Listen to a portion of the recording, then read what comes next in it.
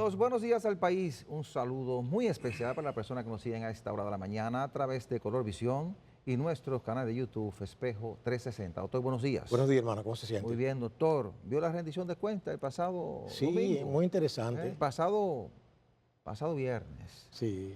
27 de febrero. Correcto, muy interesante. ¿Qué le pareció, doctor? Sí, es correcto. Lo que pasa es que, ¿qué te digo? Tiene que, como dicen en el pueblo, la gallina tiene que cacarear los huevos que pone. Solo eso, ¿verdad? Sí. Solo eso.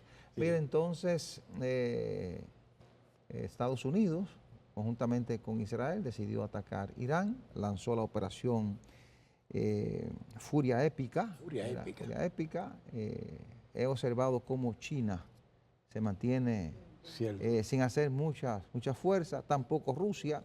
Sí. Me da la impresión de que los tres grandes ejes del mundo se han repartido que no pueden hacer, el poder. Sí, no pueden hacer nada, no le conviene meterse. Es así. Sí. Entonces, este sábado en Miami se realizó la cumbre Escudo de las Américas.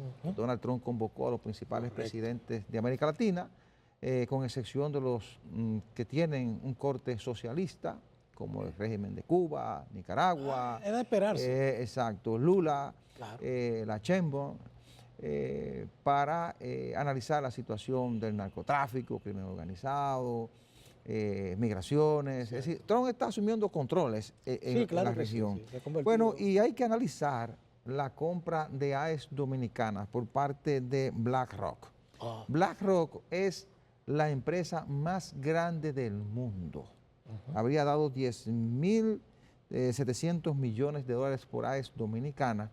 Esa empresa tiene presencia en 70 países. Correcto. Sus activos superan los 3 trillones de dólares. Es decir, que tenemos un plato fuerte para hoy. Correcto. Así que no se mueva, que regresamos en unos minutos. Ha llovido bastante desde el pasado 27 de febrero a hoy, doctor. Correcto. Pero nosotros estamos obligados a analizar lo que pasó el 27 de febrero, sobre todo la locución del presidente, por los vaticinios que hicimos aquí en este programa. Nosotros habíamos dicho que el presidente pues estaba obligado a abordar sobre todo lo referente a la rendición de cuentas, porque eso es lo que establece la Constitución de la República.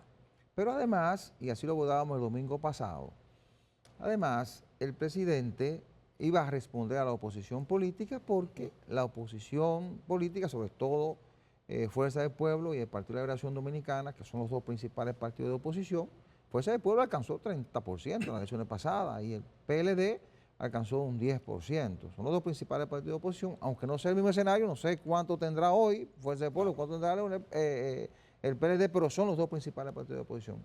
No les reconocían al presidente Luis Abinader logros en los 6 años de gobierno. Exacto. Aunque lo que mandaba el pasado 27 era una rendición de cuentas de un año. Abinader lo hizo de los 6 años, en la mayoría de los aspectos. En otros, una rendición de cuentas de un año. Entonces, en términos generales, rindió cuentas, sacó provecho político, diciéndole al país lo que ha hecho en 6 años. Lo aprovechó ese escenario como lo ha hecho Leonel Fernández, como lo ha hecho Danilo, como lo hacía Balaguer. Siempre lo aprovechan para sacar su provecho político. Y además dejó claro, en algunos aspectos, lo que pudiera ser su plan de acción de aquí al 2028. Y qué tan cuidadoso pudiera ser el presidente Luis Abinader en estos años para poder consolidar lo que son sus logros en función de lo que fueron sus promesas. Eso es muy importante.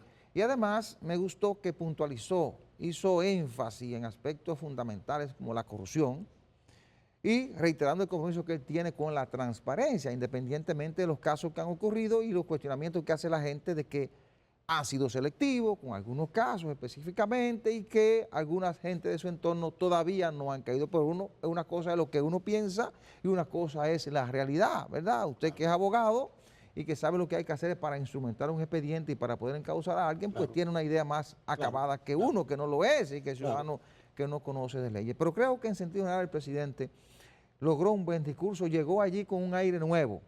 El metro de Santo Domingo, la inauguración del metro de Santo Domingo, días antes, le dio un oxígeno al presidente, porque el presidente y su gobierno, la imagen del presidente del gobierno, habían sufrido bastante con el blackout que ocurrió el lunes de esa semana y se recuperó un poco con la inauguración de la línea 12 del metro y el impacto que tuvo en la población dominicana. Indefectiblemente, yo interpreté los planteamientos que hizo el presidente en su rendición de cuentas, Sí, y son planteamientos fundamentalmente políticos, todo lo que haga un sí, presidente claro, político. claro. Y eso fue una tribuna para tener una especie de relanzamiento. Sí. Fíjate bien, eso es lo que yo interpreto. Yo como ciudadano de a pie. Y relanzó su gobierno. Sí, pero hay algo que yo observo, Ajá. es lo siguiente. En primer lugar, a mí me gusta basarme en los refranes, Sí. porque son sentencias del pueblo.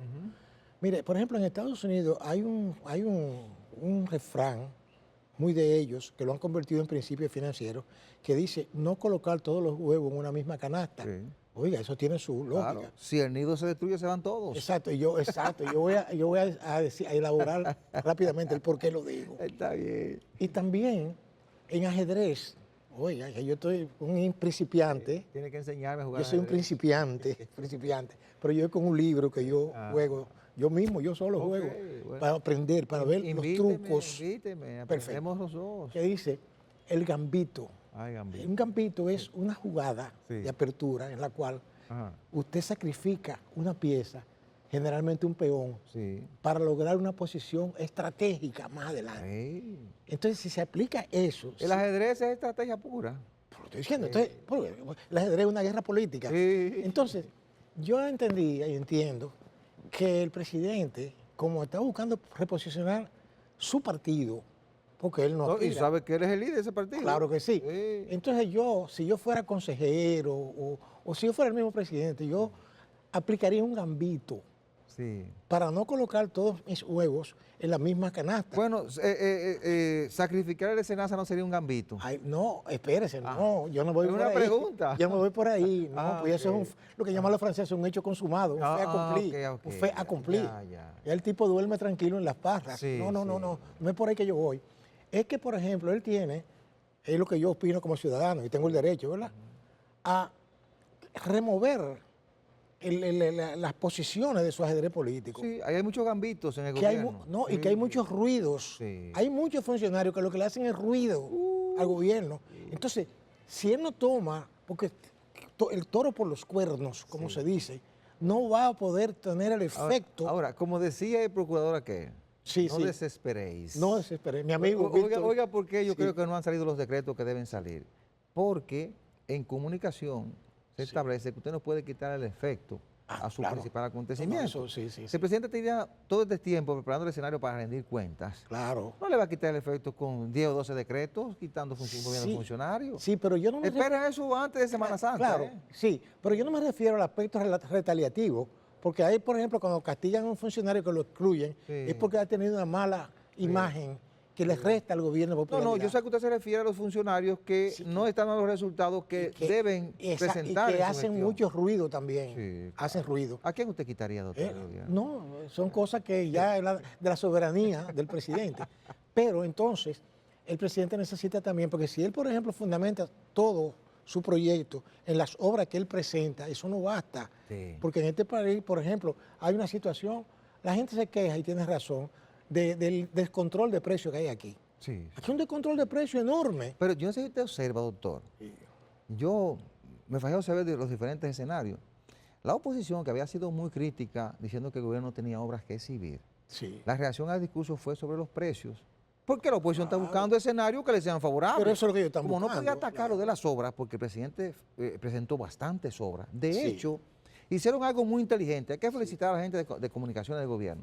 Presentaron un libro de 1060 páginas Sí. y lo colgaron en la página de la Presidencia de la República. Correcto. Y lo están promoviendo por Google, YouTube, todas las redes sociales.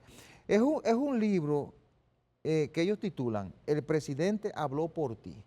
Usted entra a Google y eso le aparece como la verdolaga Sí, por donde correcto, quiera. correcto. Entonces, ¿qué pasa ahí? Yo me fajé a leerlo por completo para ver y quisiera también saber si el Congreso se toma su tiempo para leerlo y para comprobar si ciertamente es así o no. Precisamente. Claro. Yo dudo que el Congreso tenga el personal dedicado a esa actividad. Y yo dudo que le importe. Y no le importa. Porque cuando Caray. los congresos son controlados por el propio partido de gobierno... Ahí es que está el detalle. Además, aquí no hay cámara de cuenta tampoco. Claro, no. Porque ese es otro problema. No hay cámara de cuenta para que es un órgano de control.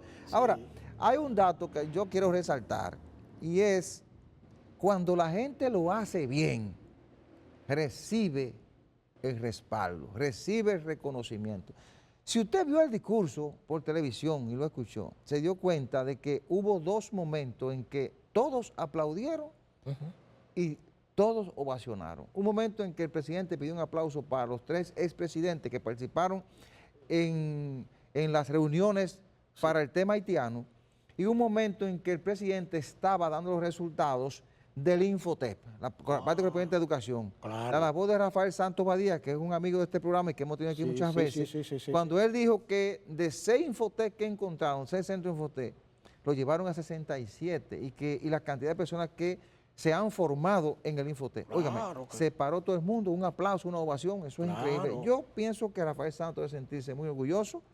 Y el presidente hizo una buena movida llevándolo al Ministerio de Educación Superior porque quería a alguien que le pudiera hacer el trabajo que Franklin García Fermín no pudo hacerle. No pudo. Porque Franklin García Fermín en un momento se convirtió en un opositor a la fusión de los Ministerios de Educación Superior y Educación, que es una línea del gobierno o de su gobierno. Porque él quería ser ministro de Educación. Quería seguir siendo ministro. El problema. Entonces, yo creo que Santos está muy bien posicionado y no dudo, ¿verdad? Porque con esto creo que el presidente le puso el agua tibia a Luis Miguel de Camps. Pero para acotar lo que le planteaba, pero yo creo que si se toman medidas que se pueden decir en cierto modo populistas, la gente las va a recibir bien. Claro. Una avanzada, un operativo, que los precios se abaraten. Sentido, hay que atacar cosas. Este país tiene crecimiento económico. Exacto. En muchos años crecimos más de un 5%. El año pasado, desgraciadamente, crecimos 2.2%. Las proyecciones ahora de los diferentes organismos internacionales que vamos a crecer 4.5%. Pero hay que tratar de que ese crecimiento tenga cierta hilaridad en cuanto al bienestar de la gente, que las personas de los más bajos estratos sociales sientan que realmente las cosas han cambiado. Es lo que dice un amigo de nosotros, el derrame. ¿Qué es el derrame? El boroneo, decía Hipólito, el boroneo. Es que no me refiero a la tarjeta. No, no. Eso es otra cosa. Hay que educar para eliminar esa jodida tarjeta. Exactamente. Porque a mí no me gusta la dependencia. Vamos a la pausa. Al término de la Segunda Guerra Mundial, que fue en el año 1945 del siglo pasado, surgió un organismo mundial que sustituyó a un anterior organismo, la Sociedad de Naciones, que su fracaso fue la Primera Guerra Mundial. No pudieron impedir que llegara lo de la Segunda Guerra. Y ahora hay más guerras ahora que nunca, porque en el planeta entero están todos los fogones encendidos. No creo que no hay lugar donde no hay un problema. Ahora, ¿cuál es la situación actual? Bueno, que los Estados Unidos, recuerde que yo le he planteado aquí, que Estados Unidos no es un partido republicano, ni un demócrata, ni un Donald Trump, ni un Biden, ni una banda, no. Es lo que le llaman el establishment, que está por encima de la misma constitución. ¿Verdad? Es un sistema, eso es lo que significa el establishment. Entonces, ¿qué resulta? Que en Estados Unidos había una situación que estaban perdiendo, lo hemos comentado usted y yo aquí en muchas ocasiones, estaban perdiendo prácticamente el control, si se quiere llamar así. Porque se acusa a Estados Unidos, bueno, el imperialismo, el control, sí, pero el imperialismo no solamente es norteamericano. El imperialismo es ruso, el imperialismo era soviético. El poder, claro, era chino. Y todos han invadido. Japón en su momento. Claro. Yo nunca apoyaría una invasión en ningún país. Claro está. Pero hay respuestas a veces que son imperativas para cortar una situación que está fuera de control. Y los norteamericanos tenían en su país problemas muy serios. Como recuerde la cuestión de las Torres Gemelas, que fue el colmo. Lo que desató la guerra de Irak. Que cometieron abusos, es verdad. La guerra, no hay guerra santa. No, claro. No hay guerra, ni hay guerra buena ni guerra mala. Las guerras son un desastre. Ahora bien, pero toda guerra tiene, como decía Jean-Paul Sartre, lo que se llama que unos hacen la guerra y otros ponen los muertos. Los ricos hacen la guerra y los pobres ponen los muertos, lamentablemente. Y gente que ni se conoce, ni es enemigo, ni se odia, se matan entre ellos para favorecer gente que se conocen y se odian, pero que no van a la guerra. Claro. No hay problema. Ahora, volviendo al caso de la realidad actual en el mundo, El problema es que este mundo está totalmente entrelazado. Hay mucha dependencia. Ahí le voy. Por ejemplo, de los países. por ejemplo, la dependencia de los combustibles fósiles. El 20% del petróleo que se consume en el mundo se mueve por el estrecho de Hormuz. Pero hay una cosa, el estrecho de Hormuz se compone de dos golfos, el Golfo Pérsico y el Golfo de Omán. Entonces el estrecho es un piquito, un piquito. Pero muy estratégico. Sí, pero resulta que no solamente es Irán que tiene, ellos dicen que tiene la soberanía y cerramos el estrecho. No. Yo analizándolo. Ahí coinciden varias naciones. Por ahí está Irak, Qatar, claro. Arabia Saudita, todo eso están ahí. Sí. Entonces quiere decir que yo creo que eso sería un paso para mí, como abogado y como lector del derecho internacional, un paso de mar, diríamos de mar internacional, Sí. para mí. Claro. Para mí. Debe haber una línea. No, y de hecho, yo no sé si usted ha observado, porque lo primero que dijo Irán cuando recibió los ataques, Sí. que de hecho le mataron a la Ayatollah, ¿verdad? Imagínate tú. Cayó con los primeros ataques. Lo primero que dijo fue que cerraban el estrecho de Pero Hormuz. ellos no pueden cerrar eso. No, pero su amenaza fue esa. Y se decían que tenían unos submarinos especiales para atacar los barcos que cruzaran. Ajá. Y de hecho atacaron un barco, Sí. explotaron un barco petrolero. Correcto. Ahora, ¿qué ocurre? ¿Qué ocurre? Que Estados Unidos parece que se había preparado y tenía controles de eso. A partir de Estados Unidos dijo que si explotaban un barco más, iban a tener problemas. Eso no ha ocurrido. Exacto. Porque no solo Estados Unidos está cuidando eso, también China, como usted decía. Porque por ahí es que pasa ese petróleo que Pero va a toda Asia. Vamos un El poco- 20% del petróleo Sí. pasa por ahí. Mira, esa es una situación muy complicada. Sí. Mire, los países que están ribereños Sí. con el Golfo Pérsico, Ajá. que es donde sale esa gran cantidad de petróleo, están, diríamos, alineados con Estados Unidos. Sí. Oiga bien. Sí. O sea que realmente, en uno u otro sentido, Irán, que se ha quedado prácticamente solo en esa zona, nada más tiene Sí. la cuestión de Omán, Sí. esto apoya a ellos por ahí. Entonces quiere decir que eso puede provocar de que haya un concierto y cuando viene a ver, lo que yo temo es que haya una guerra que se expanda. Sí, a ojalá que nivel no, mundial. porque si una guerra se expande, Sí. eso va a ser muy terrible para la Muy sociedad problemático. global. Te Porque tapa, sí. si usted observa, tan pronto estalló la guerra, o los ataques de Israel a Irán, Israel respaldado por Estados Unidos, los precios del barril de petróleo se dispararon. Cierto. Al momento que grabábamos este programa estaban por encima de los $85 el barril del petróleo de Brent y el de Texas, que es referencia de República Dominicana, andaba por los 71, $72 el barril. Pero ese petróleo estaba a 60 o menos de 60 antes de esos ataques. Pero hay una cosa que hay que aclarar. A mí es nunca me ha convencido eso de que exactamente eso vaya a impactar en la economía total. No. Yo estaba mirando un análisis que estaban haciendo en una televisora española de que allá empezó a sentirse, pero muy poco. Porque lo que pasa es que no todo el petróleo, por ejemplo, que consumen los españoles, proviene de ahí. No. Entonces, ¿Y por qué usted cree que Estados Unidos, antes de atacar a Irán, claro. invadió Venezuela? Pero eso lo iba a decir. Venezuela es el principal país productor de petróleo. Lo estoy diciendo. Entonces, quiere Entonces tiene control del petróleo de Venezuela, Sí. desde Guyana, que tiene más petróleo que Venezuela, Claro. que de hecho Maduro reclamaba a Guyana como territorio venezolano. sí. Tiene el petróleo que produce Estados Unidos, el de Venezuela, el de Guyana ¿Usted entiende? y de otros países. O sea que aliados. yo no creo que aquí deba afectarnos tanto. Pero nos afecta. Oiga, Nos ¿por qué? afecta, pero Recuerde no. la guerra de Irak. Sí. Recuerde que nosotros hacíamos filas y había que durar 4 días con el carro empujando hasta llegar a la estación de Sí, pero combustible. eso era una mala política del gobierno de ese entonces, porque, por ejemplo, después se tomaron medidas, ¿verdad? Sí. Que No teníamos lógicamente, Claro. tanta capacidad de almacenamiento, No, pero la guerra duró mucho. sí. Y ahí su líder falló. Bueno, Eso fue en los 90, doctor. yo sé. El doctor se ríe. Mi amigo. No, pero lo que pasa es que eran tiempos diferentes. Era así. Nosotros tenemos ahora, por ejemplo, aquí, Claro. una refinería que tiene capacidad para almacenar y tanque para almacenar Claro. petróleo por un mes. Pero nosotros no le compramos petróleo ni a Venezuela, ni a México, ni a Costa Rica, que le compramos cuando el acuerdo de San José. ¿Usted recuerda? Claro que que se sí. rompió cuando se metió en la cabeza de Chávez, que aquí estamos digo. conspirando contra Venezuela. ¿Usted está entendiendo? ¿Recuerda? Es un- Pero sí. nosotros le compramos petróleo a los No, países árabes. no, Nosotros no. compramos petróleo a Estados Unidos. Exactamente. Y ahora Estados Unidos, con todo ese petróleo, Pero, ¿Nos vas a vender todo el petróleo que pero necesitemos? déjeme darle este dato. Pues a mí me gusta investigar, buscar, ratón de biblioteca. Pero Estados Unidos es un país poderosamente productor de petróleo. Lo que Sí, pasa es que claro. ellos no lo gastan el de ellos. Lo mantiene como reserva. Claro, Sí. lo mantienen ahí. Para los tiempos difíciles. Exactamente. Hay que ser Mire, precavido. de doctor. verdad, verdaderamente es un imperio. Hay que dejarse de Ah, cosas. pero que Esos usted no cree. son unos locos viejos. Entonces, y esa cumbre que convocó Trump para ayer sábado Cierto. en Miami, ¿por qué usted cree que la convocó? Ah, Porque además de todo eso es geopolítica fina. fríamente Ahora calculado. él está controlando su territorio, controlando a América. América que para sí. los americanos, no es solamente para los norteamericanos, No. para los americanos.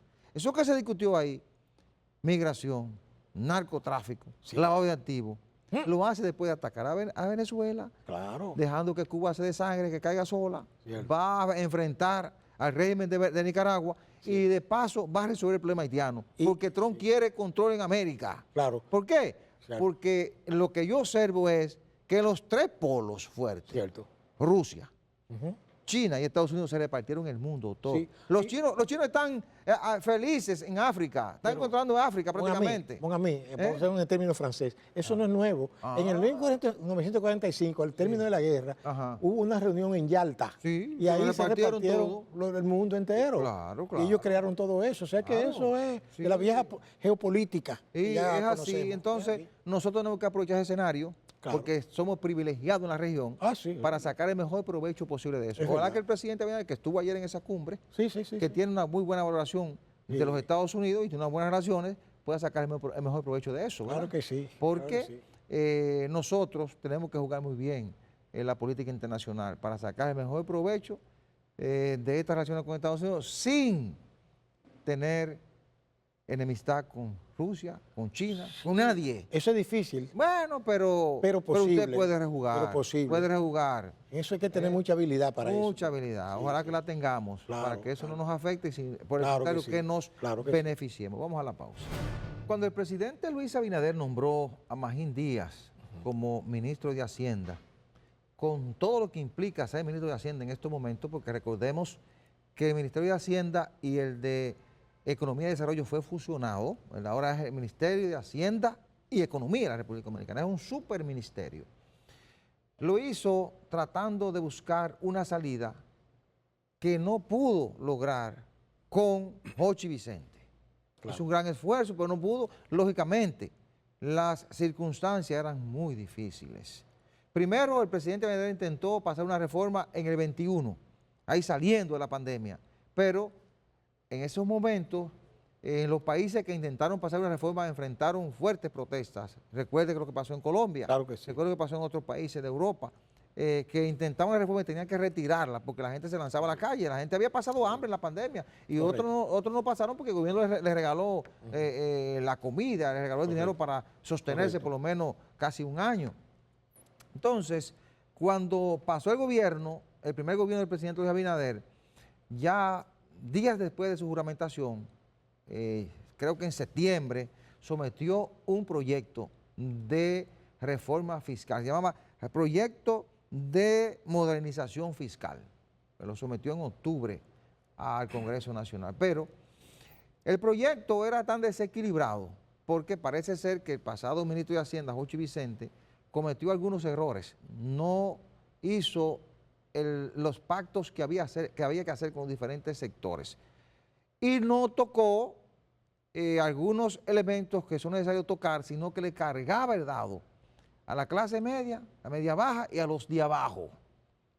Como siempre, estaba dejando a los que colocan el dinero, a los que financian la campaña, al empresariado, con los mismos subsidios, con las mismas exenciones, con el mismo gasto tributario, es decir, la gran cantidad de impuestos que le exoneramos. Claro. Y bueno, la gente dijo, si la aprueban, vamos para las calles. Sí, el presidente Abinader inteligentemente se dio cuenta, Es dijo, un no es el problema. momento, hay un problema. Ya la gente estaba sacando las cacerolas, Sí, señor. las estaba sacando. Lo mismo que tocaron las cacerolas cuando el PLD estaba en el poder por la corrupción, las estaban sacando por el hambre y por las presiones por los impuestos. Claro que sí. Y no tuvo más alternativa que retirar y dijo, no, yo no quiero una reforma. Ahora, cuando llegó Magín Díaz, ¿por qué es que el país necesita una reforma? Claro. El país tiene un gran déficit. Ahora, los economistas, aquí estuvimos al economista Reyes, Sí. que fue director de presupuesto en los pasados gobiernos del PLD.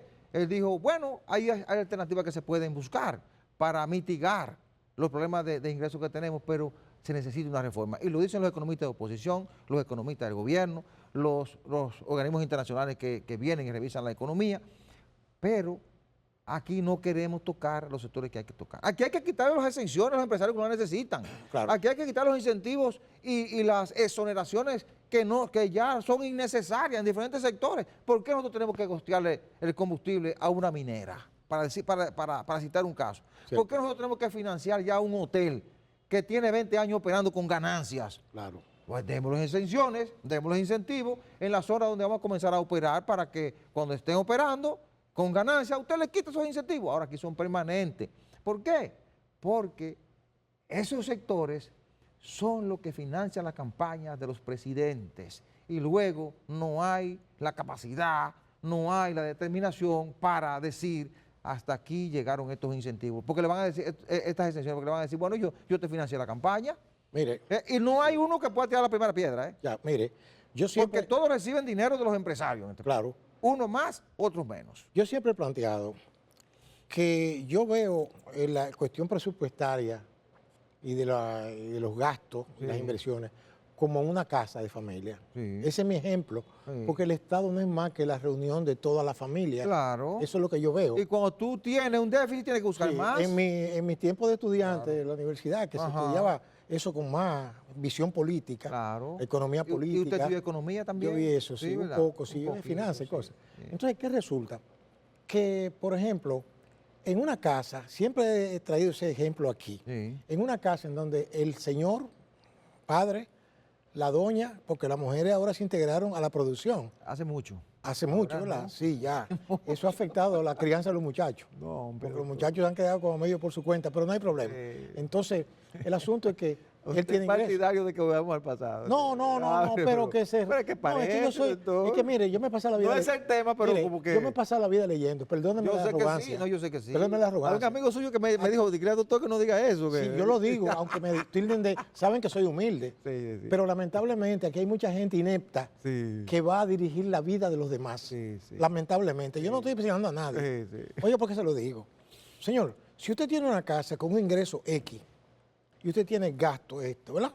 Su esposa produce, usted produce, los muchachos no pueden producir porque están en la escuela estudiando. Claro. Además, los niños no trabajan. No trabajan, sí, y debe ser así. Ilegalmente es así. Entonces, yo pregunto, si usted está mirando que hay problemas porque usted tiene un déficit, oye, pero ven acá, el supermercado cuando veo que no me cuadra, no me cuadra. Sí. Entonces, ¿qué pasa? Usted tiene que revisar sus gastos primero. ¿Por qué? Porque usted no puede revisar los ingresos. No. Usted no puede tener control sobre sus ingresos hasta cierto punto. Te estoy explicándome. No, usted revisa los gastos, pero también los ingresos. Sí, pero cuando usted revisa, es un asalariado. No, te digo, bueno, ya usted sabe cuánto le va a ingresar. Claro. Estamos claros. ¿Usted me entiende? Entonces, ¿qué pasa? Usted tiene que empezar a priorizar los gastos. No solo eso, doctor. Excúseme. Sí. Yo no sé de economía.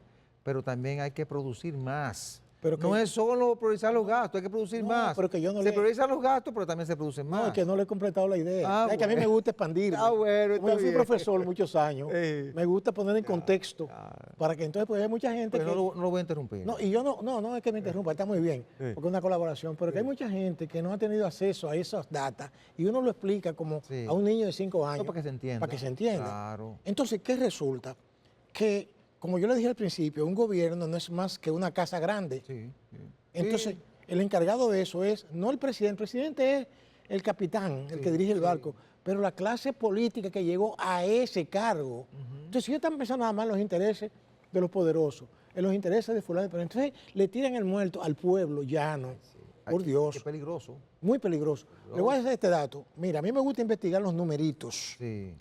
Yo estaba investigando el Banco Central, los informes, la gente de la presidencia sobre la ejecución presupuestaria. Óigame, y el país, por ejemplo, en el 2025 recibió más de 42.000 millones de dólares. ¿Por qué concepto? 10.000 y tanto, 11.000 y pico del turismo. Sí. Casi 11.000 y pico de las remesas. Sí. Casi 12.000. Sí, de la zona franca, y no voy a seguir, porque los otros no son tan... La agropecuaria. Sí, pero no voy a seguir, porque le voy a decir que esos dos que mencioné primero, el turismo y las remesas, son el 50% de esos ingresos. Oiga lo que le estoy diciendo. Entonces, ¿qué pasa? Que el presupuesto fue de 24.000 millones de dólares. El pago de la deuda externa con amortización e interés fue de 6.000 y tantos millones de dólares. Entonces yo me pregunto, primero, ¿por qué se coge tanto dinero prestado aquí? Uno. Segundo, no lo entiendo. Segundo, te dirá, bueno, las inversiones por ¿De 24.000, doctor? Sí, No. sí. 24.000 millones son... 24.000 millones de dólares. De dólares, yo no estoy hablando de pesos. No. No, En espera, dólares. Sí, Ya estamos en dólares aquí, olvídese. Entonces, lo que quiero decirle con eso es que ahí hay un manejo gerencial que hay que cuestionar, ¿verdad? Porque, óigame, en primer lugar, Ahora, recuerde que los 12.000 millones, porque el cálculo no debe ser así. Los 12.000 millones, por ejemplo, de remesa, eso no van al Estado para que el Estado lo distribuya. No, esos 12.000 millones van a los bolsillos de ciudadanos. Sí, doctor. Sí, ahora, lo sé. los 10.000 del turismo sí van a la saca del Estado porque son de impuestos. Yo creo que Sáquele esos 12. Yo creo que a lo contrario. Yo leí un informe por ahí, unos comentarios, que ese dinero de turismo, la mayoría no entra aquí. No. Ese dinero se queda fuera de aquí. No, porque, oiga lo que pasa. Eso es lo que me dijeron a mí. Oiga lo que pasa, doctor. Hay unos impuestos que entran al Estado porque el turismo paga impuestos. Bueno, esos 10.000 millones de dólares entraron tiene muchas exenciones lo que sí está claro, porque usted tiene un lazo ahí con ese dato, y me disculpa. No. Los 12.000 millones de dólares es un dinero, por ejemplo, que su primo, que vive en Nueva York, dice, llámale esos $100 a César.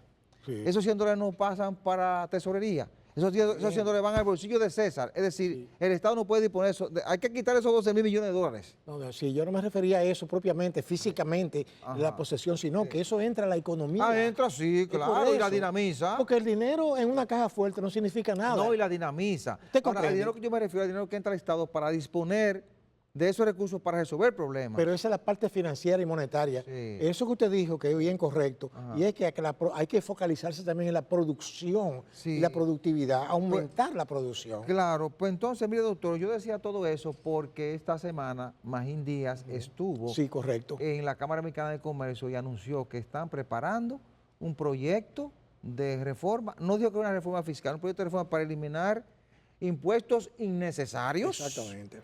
Exenciones, subsidios, es decir, está en sintonía con lo que usted ha planteado. Sí. Yo aspiro a que esos impuestos innecesarios son los que nosotros hemos mencionado aquí, porque si eliminan impuestos innecesarios, el Estado tendrá más recursos para disponer cuando tenga que resolver un problema de la nación. Cierto. Entonces no habrá que hacer una reforma para buscar tantos dinero. Claro. Entonces, poco a poco, ojalá que también nos eliminen el anticipo, que para mí es innecesario y es una traba para la generación de empleos, para la formalización de muchas MIPYMES, que son el 61% de los empleos que se generan en República Dominicana. Por eso que cuando se designaron al señor Magín Díaz, en ese cargo, yo vi una luz al final del túnel. No me diga. Sí, ¿verdad que sí? Porque yo lo conozco indirectamente. Yo soy muy amigo de un pana, como dice el pueblo, de él. De Magín. De Magín, que trabajaban juntos en finanzas. Ojalá lo haga bien.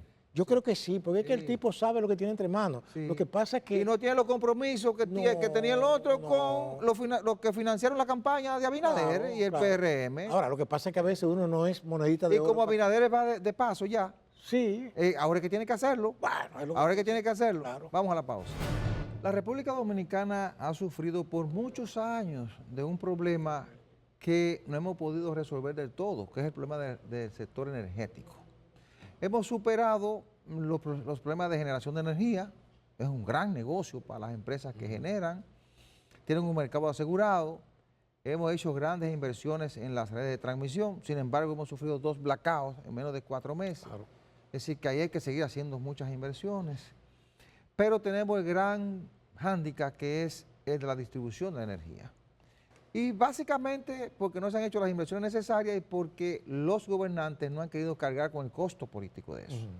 Cuando aquí se capitalizan las empresas del sector energético, en los gobiernos de Leonel Fernández, sobre todo en el periodo 96-2000, recuerde que se crearon las distribuidoras de electricidad, que eran empresas público-privadas o privadas.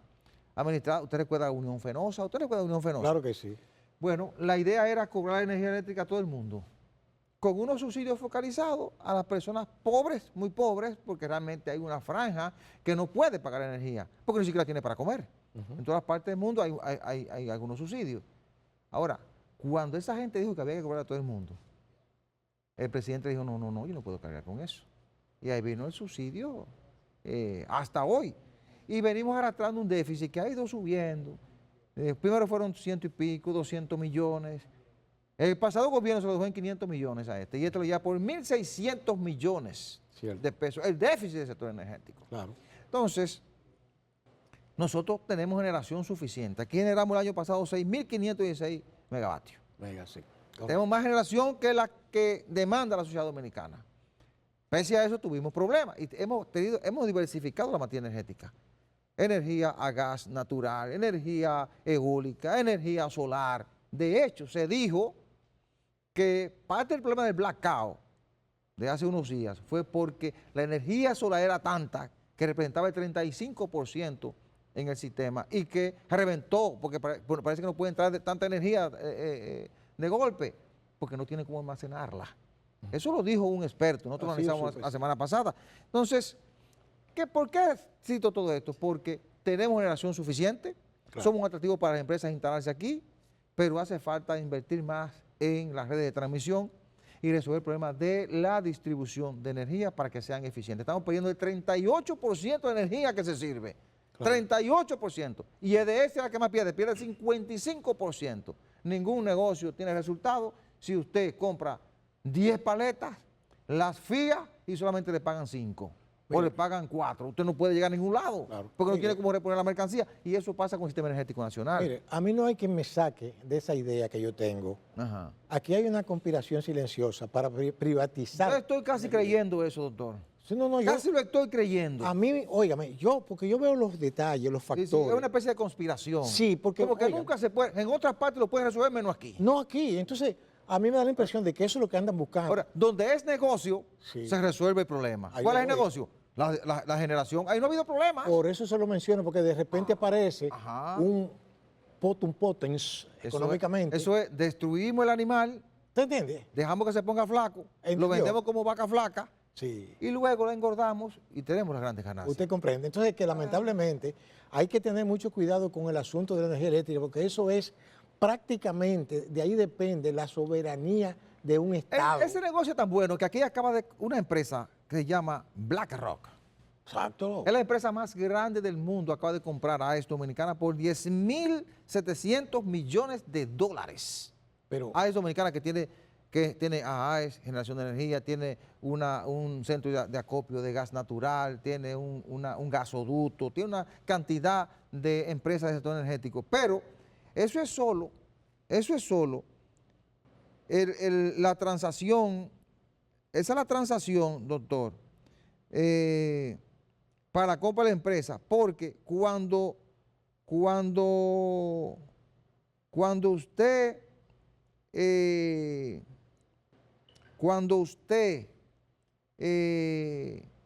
asume, según la transacción, asume las deudas de la compañía y otras obligaciones, la transacción alcanza los $33.000 millones. Oiga eso, es decir, que es una super empresa y esa empresa se instala aquí porque aquí hay forma de hacer negocio en el sector energético. Cierto, pero nadie va a invertir una cantidad enorme de dinero así si no tiene garantizado la exclusividad y el monopolio de la producción energética. Yo creo que inclusive hay cosas que yo he sospechado que podrían estar tratándose de comprometer. Ahora, a esa transacción hay que prestarle atención. Mire, esa empresa es la mayor empresa de gestión de activos del mundo. Imagínese. Fundada en 1988 por Larry Fink, con sede en Nueva York y tiene una gestión de $10 billones en activos. Imagínese. Esa empresa actúa como fiduciaria, invirtiendo dinero en clientes institucionales e individuales en acciones, bonos y offshore. Bueno. Oiga eso. Entonces, esa empresa cuenta en 70 oficinas. En 70 oficinas, en 30 países y clientes en 100 países. Tiene acciones en Apple, Microsoft, Amazon, en los grandes bancos e invierte en entidades financieras más influyentes del mundo. En energía, en combustibles fósiles. Oiga eso. ¿Por qué se instalan aquí? Recuerde que aquí descubrimos tierras raras en Pedernales. El negocio de la distribución de energía es muy bueno. Además, aquí pretendemos vender energía eléctrica a Puerto Rico y cuando Haití se resuelva, quizá le vendamos energía eléctrica a Haití.